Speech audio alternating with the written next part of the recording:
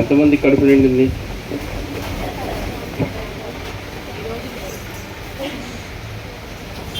అసలు కడుపు నిండుతాక ఆకలి ఎత్తాకేమో. కడుపు ఎవరికి నిండిద్దంటే ఆకలి వేసిన వాళ్ళకి కడుపు నిండిద్ది. ఆకలి అయినట్టు కడుపు నిండిద్దా? నిండదు. ఎంతమంది కడుపు నిండింది అన్నట్టు ఒక చెయ్యి బర్ర వల్లేసింది. దొరికింది నాకు సమృద్ధి అయిన ఆహారం. దేవుడికి స్తోత్రం కలిగిందిగా. హల్లెలూయా. ఆకలి దప్పికలు గలవారు ధన్యులంట. దేవుడికి స్తోత్రం. ఎవరు ధన్యులంట?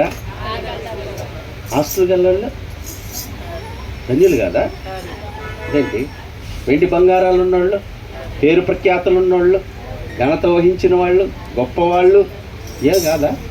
అయ్యో, నీతి కొరకు ఆకలి దప్పికలిగిన వారు వారిది పరలోక రాజ్యం అంట. దేవుడికి స్తోత్రం కలుగుతుంది కాక. ఏమంటున్నాడు? ఎవరు రాణిస్తారంటే అక్కడికి? ఆయన మాటను ఎవరైతే అనుసరించి నడుస్తారో వాళ్ళని మాత్రమే అక్కడికి తీసుకుంటాడు. కథ వాళ్ళందరినీ ఎక్కడికి తెస్తాడంట?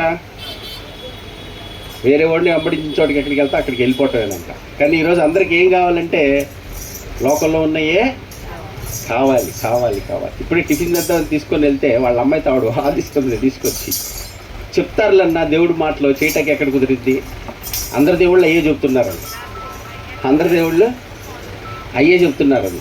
అమ్మా, యేసుక్రీస్తు వారు చెప్పి దాన్ని చేసి నెరవేర్చి మళ్ళీ మనకి చేటుకు శక్తినిచ్చినటువంటి దేవుడు ఆయన ఒక్కడే. యేసుక్రీస్తు వారు మాత్రమే. దేవుడికి స్తోత్రం కలిగింది కాక.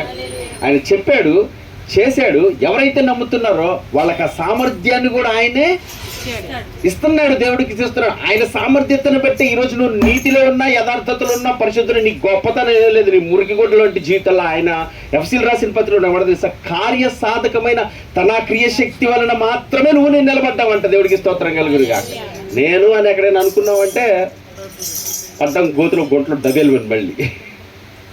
చాలా జాగ్రత్తగా ఉండాల్సిన విషయం. దేవుడి మాట దగ్గర ఎంతైతే ఇదిగా ఉంటామో నేను అదే ఆశపడతాను. ఒక్క మాట చాలు, ఒక్క మాట చాలు, ఒక్క మాట చాలు ప్రభో. దాదాపుగా 1 గంట 30 గంట అయి ఉంటుందేమో. ఈ 30 గంటల్లో నువ్వు కనుక మనస్సు సరిగ్గా నిలబెట్టి వింటే కనుక నేను అట్లా వెళ్తున్నా వస్తున్నా, ఏదో మాట నా కొరకు ఉంటుందన్న నా మాట నాకు వచ్చింది. దేవుడికి స్తోత్రం కలిగింది. నేను